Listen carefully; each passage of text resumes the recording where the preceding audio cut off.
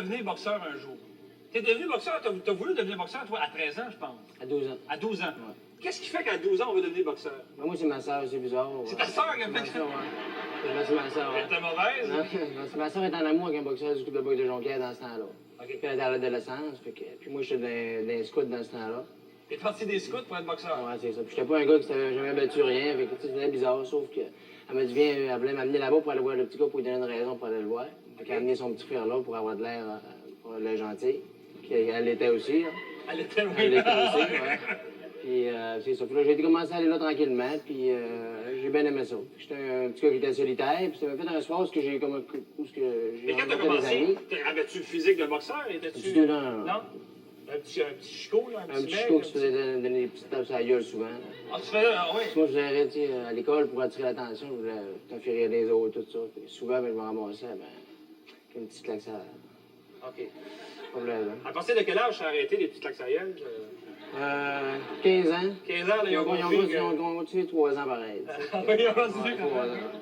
Est-ce que c'est dur pour un jeune, l'entraînement de boxeur? Il y a des gens qui disent que l'entraînement pour la boxe, c'est le meilleur entraînement qu'il y a pas, c'est le plus difficile. Oui, c'est complet. Mais tu parlais comme pour un jeune, de 12 ans jusqu'à 15-16 ans, ça va.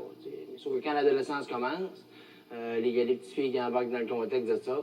Après ça, il y a les sorties. Tout ça pour qu'il nous faut détourner l'attention de notre sport. C'est ça, c'est le bout le plus rough à passer. Alors, le plus dur dans l'entraînement de boxeur, c'est les filles. Non, c'est les périodes de la vie qui nous détournent de l'entraînement, du sérieux de l'entraînement. Tu viens que tu as le goût de t'amuser à la place d'aller au gymnase, tu as fait comme ça quand tu as 16 ans. Le vendredi soir, tu veux sortir, mais tu as un combat le samedi. Fait que, tes amis sortent, tu as le goût de t'amuser. Puis, OK, c'est la discipline, donc... En général, qui fait que c'est ça, ouais. Il y a toutes sortes de rumeurs qu'on voit dans les films. On a tous vu les films sur la boxe et tout. Il y a toutes sortes de... Apparemment, vous ne pouvez pas faire l'amour les temps qui précèdent un match. Est-ce que c'est vrai, ça? Non, c'est pas vrai, non. Faut pas, comme je disais, il faut pas... Non, mais parce que tu vois toujours le vieil entraîneur qui décide de prendre Rocky puis il dit « Je fais pas l'amour ce soir parce que c'est pas toi. » Le Rocky, il fait pas puis il gagne enfin. Nous autres, on pense tous que... Non, c'est ça, c'est des vieux mythes, ça. Peut-être que c'est sûr que si un gars exagère la veille, puis il fait ça de la nuit, là, peut-être. Mais, mais tu y vas relax, là, tu fais travailler les autres.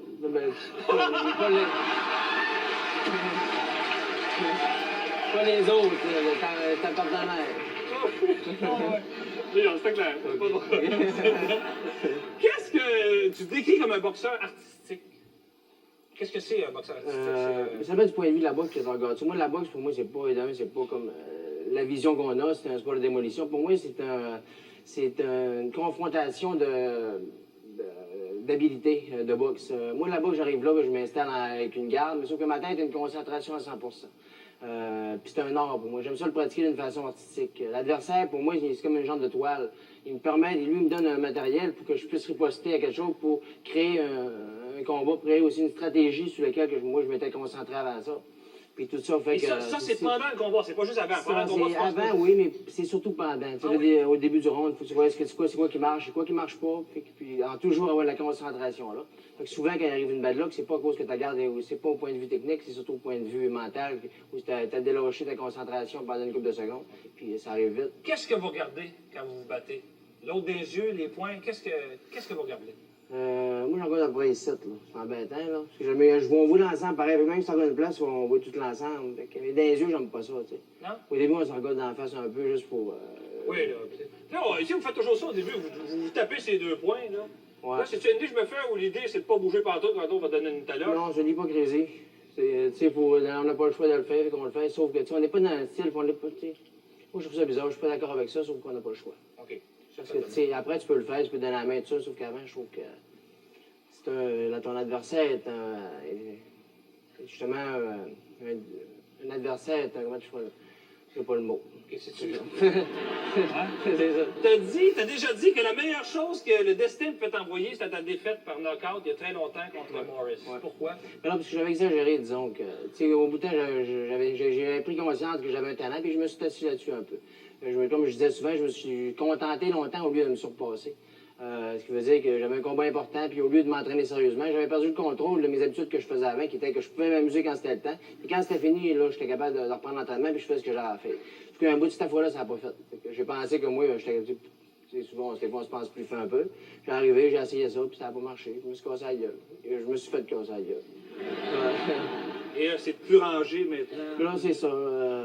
Après, ça va recommencer à faire ça, sauf que là, à cette heure, c'est clair que je peux pas. Là, j'essaie d'exploiter mon talent au maximum pour qu'un jour, de ne pas avoir besoin de la gratter. Excuse-moi, là, mais t'as l'air d'un maudit bon gars. Ça se peut-tu un boxeur qui gagne, un maudit bon gars? Oh, ça se peut, ouais. J'espère.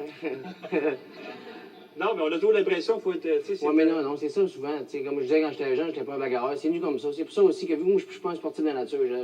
Sans détester le sport, je suis Non, pas tu te bats pour un titre mondial demain, mais t'es pas un Non. sportif de la nature. Moi, je me force à être un. Parce que je sais que j'ai ce talent-là, puis je sais que je me dois de l'exploiter. Dieu m'a donné ce talent-là, puis comme je disais, c'est à moi de l'exploiter. Sinon, il me passer quelque chose d'important, malgré que je sais que c'est pas ça. Tu sais, on fait pas tant ce qu'on aime dans la vie. J'aime ça, là, mais. Quand vous vous battez, là, est-ce que vous dites, je vais l'assommer, là?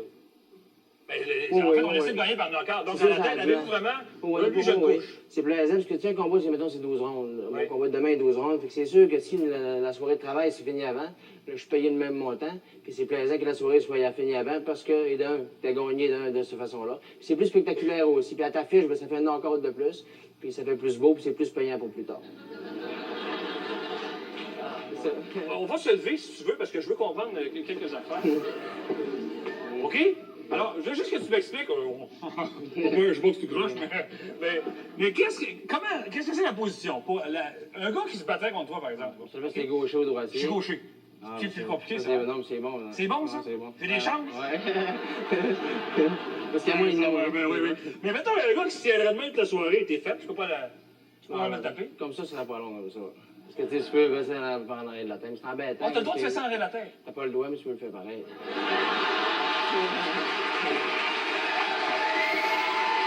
OK. Alors, je veux juste que tu m'expliques. Là, il y a toutes sortes de termes. Un jab. Qu'est-ce que c'est un jab? C'est la main avant. Si tu mettons des droitiers, c'est que la main gauche est toi, avant. tu fais ton côté fort, c'est ici. C'est la main droite est en OK, arrière. vas-y tranquillement, là. OK. Mais, OK. Alors, un jab, ça c'est quoi? Ça, c'est pour, au début, c'est pour préparer une attaque. Si OK. tu la main forte est en arrière, fait que tu peux pas lancer la main forte comme ça. Tu vois, tu travailles avec le jab comme ça. OK. Au corps, stratégiquement, t'attends. Puis quand tu vois une ouverture à quelque part, que tu as travaillé ça pendant les hanches, là, tu peux essayer de pogner comme ça avec ta main Ça, forte. donc, c'est juste des petits coups de main. Ça, c'est pour travailler, tu sais, OK. bing bang. OK. Un uppercut, qu'est-ce que c'est? C'est la main arrière par en dessous. Quand le gars se penche la tête comme tu as fait tantôt. Là, pif, il fait. C'est ça. Je remonte à poirer à la OK. Ça, c'est l'uppercut. Et c'est quoi les autres coups Il y a le crochet comme ça. Le crochet, c'est de côté comme ça. Qu'est-ce qui est le plus fort? C'est quoi il faut éviter? Un là? crochet de Au gauche, moins, un crochet de gauche ou un crochet de droite, dépendant de tes gauchers. Là. Tu vois, c'est un crochet de droite comme ça. Le crochet, c'est fort. C'est un bon. Parce qu'ici, c'est la mâchoire. Hein. Quand on dit que les gars, mettons, ils viennent mêler, là. Moi, ça m'est déjà arrivé souvent aussi, là. Parce qu'ici, il y a un mâchoire ici, puis ici, ça tire les nerfs ici. Fait que si tu fais un crochet comme ça, là, ça étire ici, puis tu viens s'en voir embrouiller un peu. C'est plate, mais c'est comme ça. OK, on va s'asseoir.